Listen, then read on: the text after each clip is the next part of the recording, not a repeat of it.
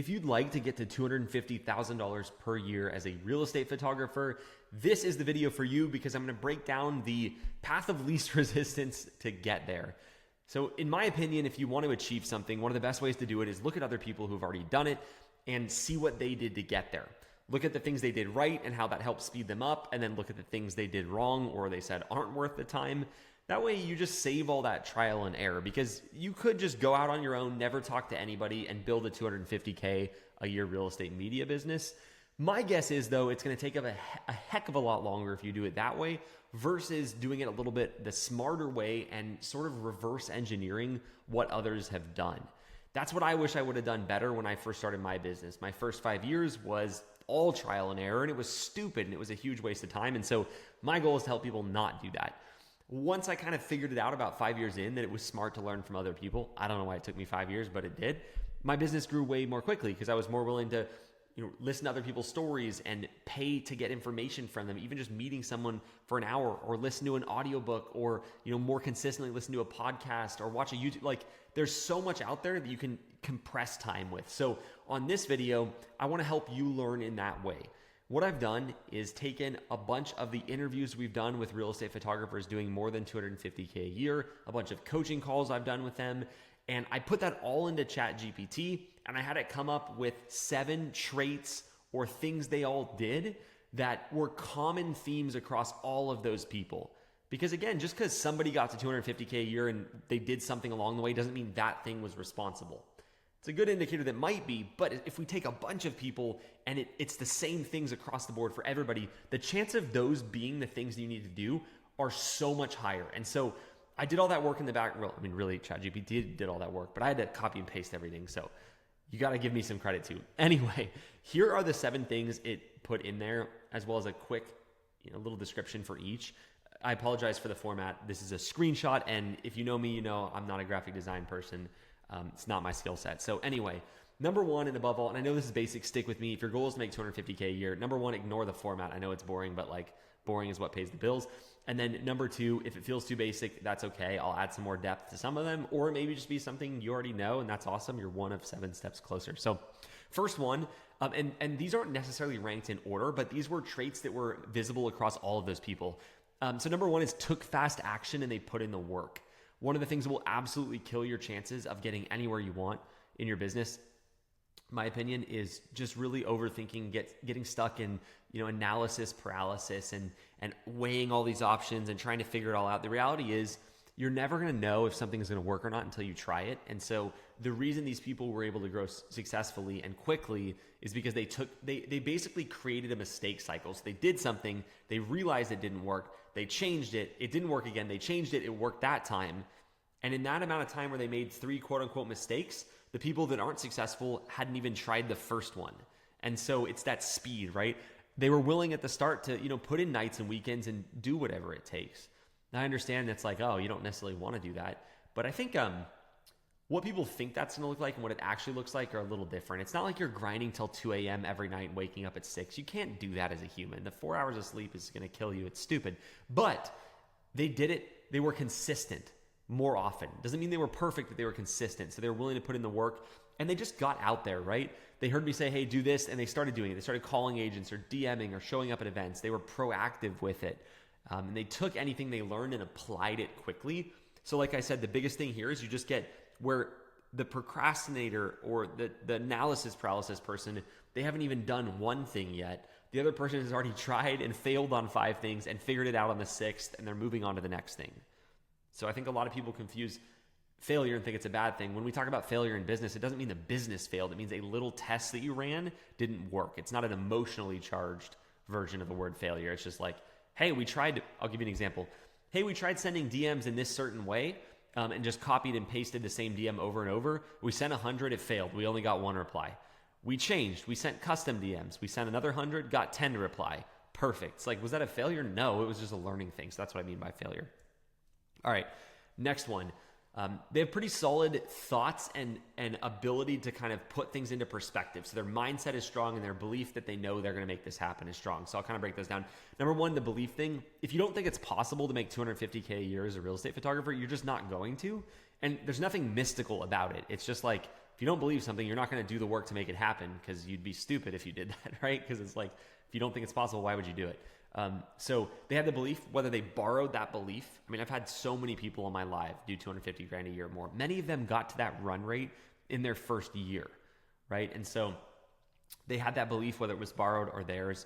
They had mindset. They took risks. They quit their job. In some cases, they jumped into coaching. All those things they're risky, right? I mean, risk depends on how you define it, but like they're somewhat risky. They were okay to get some rejection. I mean, here's the deal. Like, you're going to get rejected when you build your business, but that doesn't mean they're going to say you're a stupid, terrible, worthless person. They're just going to say no, or they're just not going to write back. And it sucks, but like, that's part of the process. So they were okay with that. They, I said earlier, they sent 100 DMs and they got 10 yeses, and they were like, perfect. We increased the strategy. They got 90 no's, or 90 people that ghosted them. So that's just part of the process. And they were disciplined, and they treated it like a real business early on. And I think that's important. One of the things that I've seen make a lot of people slow down and really just impact their success is they're kind of like, hey, yeah, I'm trying real estate photography. They're very like 1 foot in, and that's just not what's gonna get you there. So it's solid mindset and belief. Number 3 is they're very relationship focused. And so they understand that the power of the real estate media industry is that clients are repeat and referral. They also are required, but we're not going to use, if you see my 3 R's video, I'm not going to talk about that third R right now. So repeat and referral, meaning if you're client focused, you're relationship focused, and you do a good job for somebody, they're going to keep using you over and over and over again. But also, they're going to refer you to other real estate agents, because everybody's surrounded by a ton of real estate agents that's a real estate agent, right? That's like their whole network.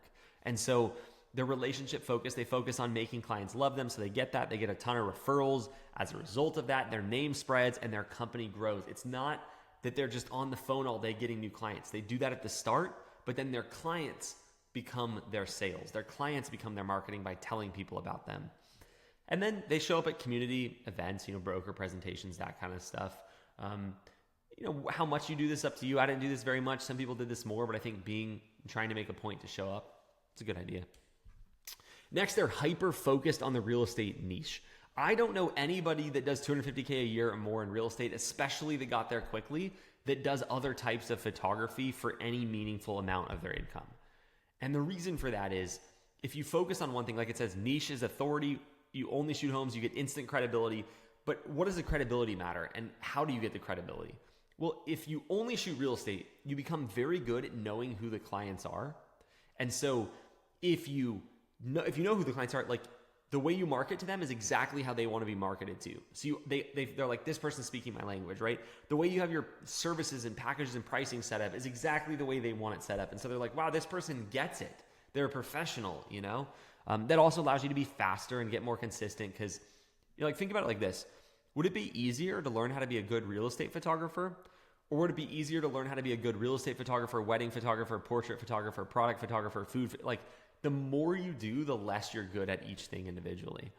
And so they're hyper-focused on the real estate niche. They work on upselling and bundled services. So they're not just real estate photographers. They're real estate media companies. They offer photos, videos, 3D tours, and within those, a bunch of different things. So they put their packages on their website in a way that tries to promote people ordering more and increasing average order value. And that works to get their invoices up, like you can see here.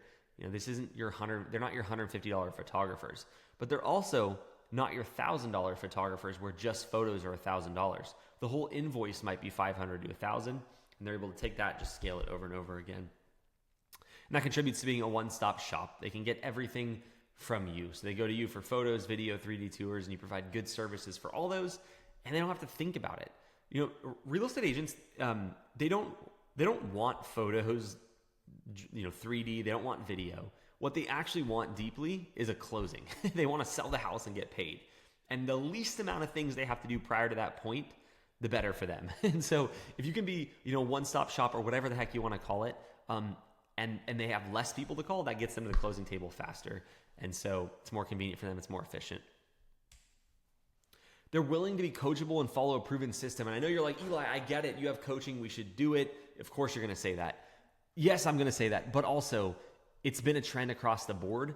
And it's not just, I'm not saying you have to get coaching from me. I'm saying you have to be someone who values learning from others. And my guess is, if you're watching this YouTube video, you're someone who does, because you're showing that by watching this YouTube video. Let's go to the next one. Whoops.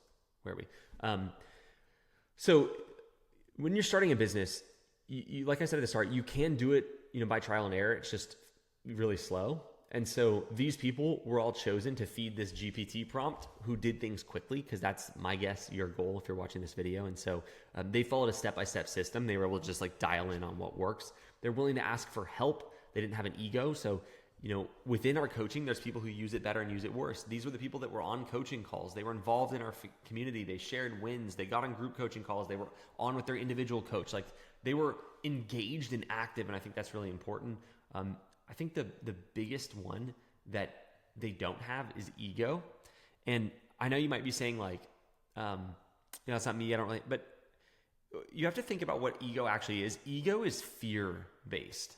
So you put up these defenses, your ego, because you're really fearful about something.